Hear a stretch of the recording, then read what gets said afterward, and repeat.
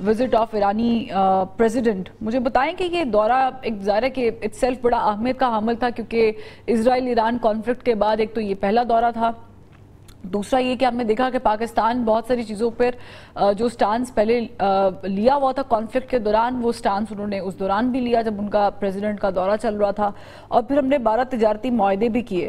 But اس میں point یہ ہے کہ ایک بڑا ہی اہم منصوبہ جو کہ Pakistan Iran gas pipeline ہے، وہ شاید ہم آج تک کبھی مکمل ہی نہیں کر سکے امریکہ کے پریشر یا دباؤ یا محبت یا دور جانے کے ڈر سے. تو اس میں کوئی پیش رفت کیوں نہیں ہو سکی؟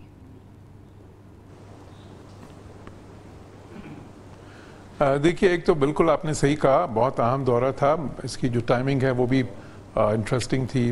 اس کانفلکٹ کے بعد جو اسرائیل اور ایران کا کانفلکٹ ہوا، جس میں پاکستان نے ایک بہت پرنسپل سٹینڈ لیا تھا، اصولی موقف تھا، اور وہ یہ کہ جی ان کی ٹیریٹوریل انٹیگریٹی جو ہے یا علاقائی سالمیت اور خود مختاری یا سوورنٹی وہ آپ وائلیٹ نہیں کر سکتے، اور جو بھی ان کا وہ حق ہے پرامن ایک نیوکلیر پروگرام رکھنے کا، اور اس مسئلے کو حل کرنا چاہیے بات چیت کے ذریعے.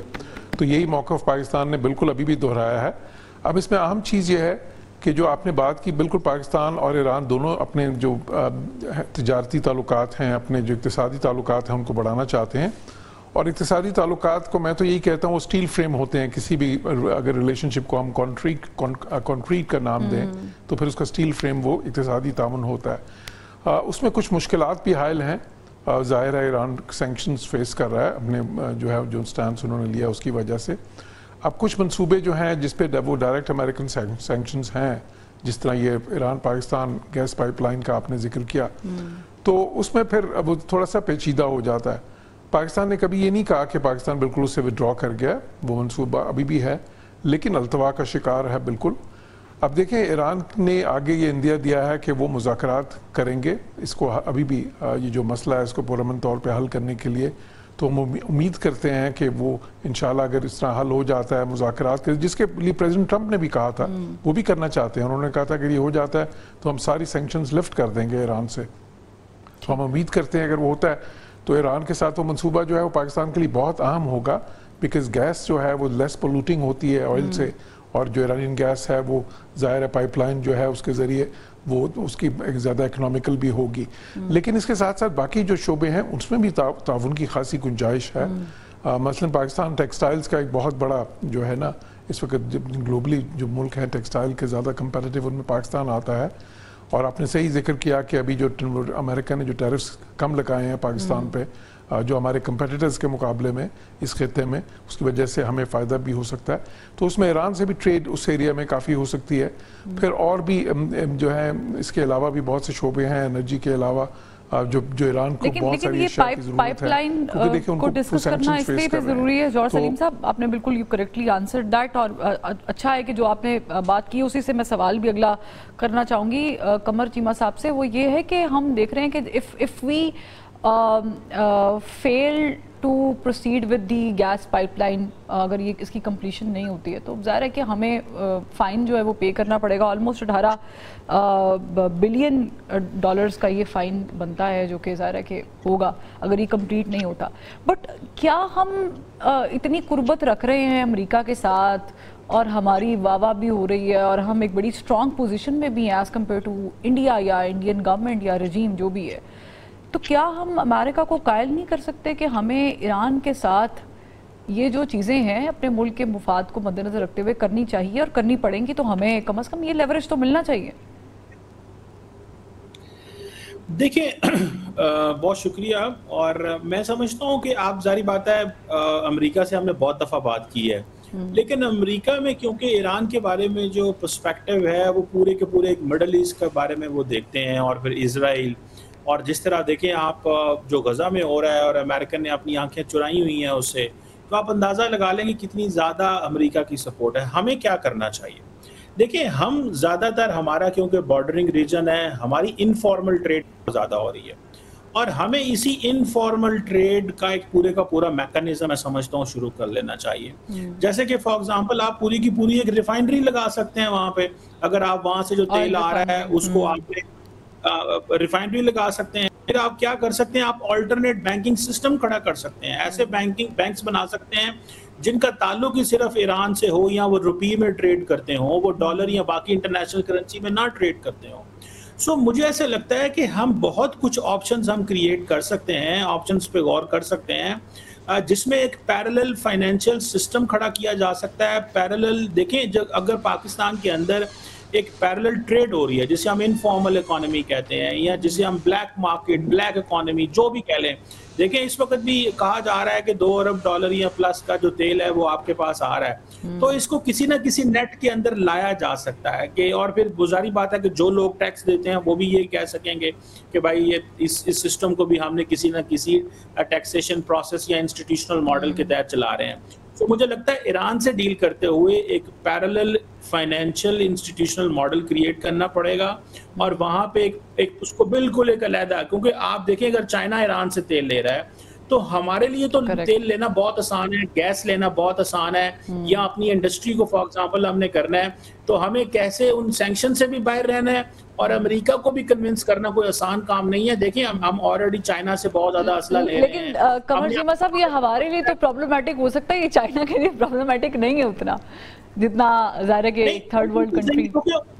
وہ تو الٹا ٹیرف لگا دیے نا چائنا امریکہ کے اوپر. سو ہمارے لیے یہ ہے کہ ہم ایٹ لیسٹ جو زیادہ امریکہ کی سینسٹیوٹیز ہیں ان کو ہم ایکسپلائٹ نہیں کر سکتے. ہمیں جو چیز کرنی چاہیے وہ یہ ہے کہ اپنی انڈسٹری وہاں لے جائیں, اپنی فیکٹریز وہاں لگائیں, مارکیٹ اس کے قریب کریں, تاکہ ہم اپنی آئل اینڈ گیس کو جو ہے وہ کر سکیں. پھر جس طرح میں نے کہا ایک پیرلل اسٹرکچر کیا جا سکتا ہے. سو ہمیں, اور ہم نے تو ہر چیز دیکھے نا بلیک مارکیٹ کے حوالے کر دی ہے, انفارمل مارکیٹ کے حوالے کر دی ہوئی ہے. اس سے بھی چیزیں واپس لے کے آنی چاہیے, اور تاکہ ہم اس سے فائدہ اٹھا سکیں. لیکن شاید بہت طاقتور لوگ ہیں جو یہ انفلوئنس رکھتے ہیں اور ان چیزوں کے اوپر, لیکن وہ کچھ کر نہیں سکتے, اور اس بلیک مارکیٹ یا انفارمل مارکیٹ کو جو ہے وہ چلتے دے رہے ہیں. سو میرا خیال ہے کہ ہمارے پاس آپشنز ہیں اگر ہم انہیں پراپرلی ایکسرسائز کریں, اور ٹریڈ کو بڑھایا جا سکتا ہے, بھلے انفارملی صحیح. دیکھیں جب تک امریکہ ایران کے حوالے سے گلوبل ایک انڈرسٹینڈنگ نہیں ہوتی, یورپ امریکہ کی انڈرسٹینڈنگ نہیں ہوتی, جس طرح انہوں نے 7 انڈین کمپنیز پر سینکشن لگا دیا جو ایران سے تیل لے رہے ہیں, تو ہمیں بھی بہت کچھ ایسا کرنا پڑے گا جس سے ہم پیرلل ایک سٹرکچر کھڑا کریں. میں تو یہ سجیسٹ کروں گا. ٹھیک. اچھا, یہ آپ نے جو جواب دیا ہے اس سے پھر ایک سوال اور ابھرتا ہے میرے ذہن میں تھوڑی اپڈیٹ دے دیتی ہوں. ہم ٹیرف پر بھی بات کریں گے, کیونکہ بھی خبر یہ آ رہی ہے کہ امریکہ نے جو ہے وہ بھارت پر 25% جو ٹیرف کا اعلان کیا تھا اس سے زیادہ شاید اعلان اب کر دیں گے. انہوں نے کہا کہ یوکرین میں جو جانی ضیاع ہو رہا ہے اس کی فکر بھارت کو نہیں ہے. یہ امریکن ظاہر ہے کہ ایک آواز ہے جو کہ بھارت سے آئی ہے, اور ٹرمپ صاحب نے یہ اعلان کیا, یہ بات انہوں نے کہی ہے. بٹ لیفٹیننٹ جنرل ریٹائرڈ نعیم خالد لودھی صاحب چونکہ ہمارے ساتھ موجود ہیں. لودھی صاحب, مجھے بتائیے گا کہ سیکیورٹی بڑا ایشو ہے. ظاہر ہے کہ ایک عرصے سے ہم ایران پاک بارڈر ٹینشن کو ڈسکس کرتے رہے ہیں, ہماری طرف سے کچھ چیزیں وہاں جاتی رہی ہیں, ریزرویشنز, ان کی طرف سے بھی کچھ ریزرویشنز یہاں آتی رہی ہیں, اور میں بٹوین لائنز یہ سب باتیں کہہ رہی ہوں. تو کیا ہم ان چیزوں کے دوران اس سیکیورٹی تھریٹ یا ایشو جو دو طرفہ ہے, کیونکہ انہوں نے اسرائیل کے ساتھ کانفلکٹ میں کم از کم یہ تو جان لیا کہ ایکچولی میں صرف اسرائیل پرابلم نہیں تھا, را کے ایجنٹس بھی پرابلم تھے جو وہاں بیٹھے ہوئے تھے, تو انہوں نے تو خود پوائنٹ آؤٹ کر کے وہ نکالے ہیں. تو اب یہ سمجھتے ہیں کہ یہ دونوں ممالک کے درمیان کم از کم یہ تھریٹ کانفلکٹ جو ہے اس کو اوور کم کر لیا جائے گا یا ہونا چاہیے؟ جی بہت شکریہ. اس سے پہلے میں تھوڑا سا ذکر کر دوں, صاف ظاہر ہے کہ ڈپلومیسی کے متعلق اور صاحب جوہر صاحب کا جو نظریہ ہے, اور جیسے چیمہ صاحب نے کہا بالکل درست ہے. بات یہ ہے کہ اس وقت جو دنیا ہے وہ ایک فلکس سے گزر رہی ہے. مطلب اونٹ کسی کروٹ بیٹھا نہیں ہے ابھی.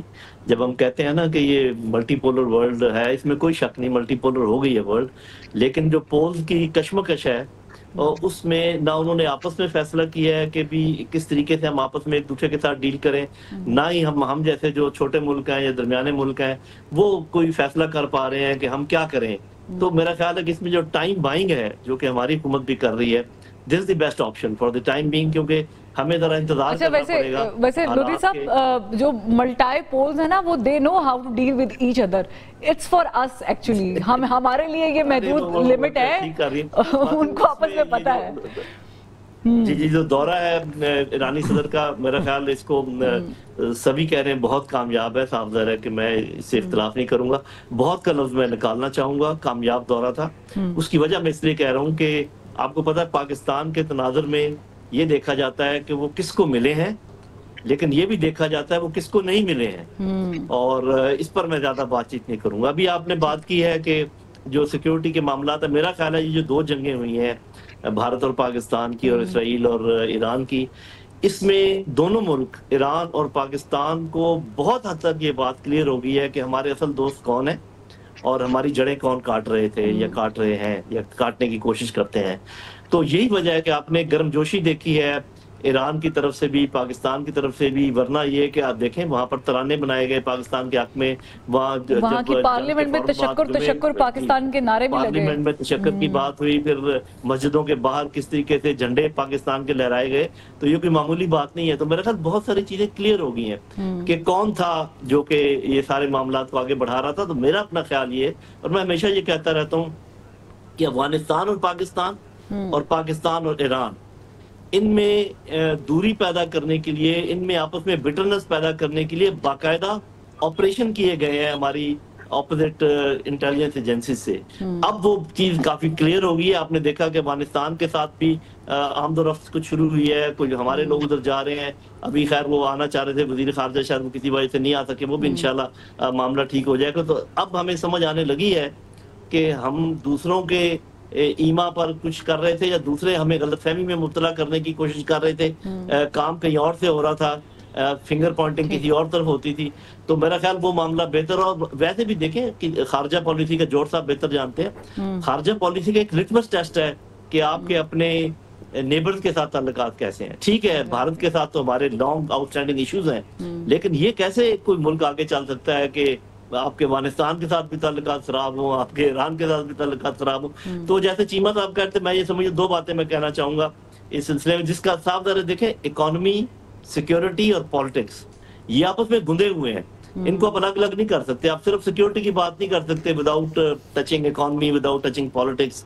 تو میں یہ سمجھتا ہوں کہ ایک تو جو ہماری بارٹر ٹریڈ ہے اس کو بڑھایا جا سکتا ہے، دوسرا یہ جو چائنا فیکٹر ہے، بیکاز چائنا کو کوئی پرابلم نہیں ہے، وہ جو مرضی لے ایران کو، جو مرضی دے ایران کو، تو میرا خیال ہے دیٹ کنٹروٹ کین بی یوزڈ۔ جوہر صاحب اس پہ بہتر روشنی ڈال سکتے ہیں۔ میرے اپنے خیال میں کوئی جیسے چیمہ صاحب کہتے ہیں کہ alternative means of money transfer, وہ اور وہ چائنیز نے وہ نظام ابھی نکال بھی لیا ہے، تو ہمیں احتیاط کے ساتھ لیکن آگے بڑھنا چاہیے۔ ان دا پائپ لائن، لیکن وی نیڈ ٹو نو کہ ہم نے کس چیز کو آپٹ کرنا اور کیسے آپٹ کرنا ہے، ظاہر ہے کہ اٹ ویریز آلسو۔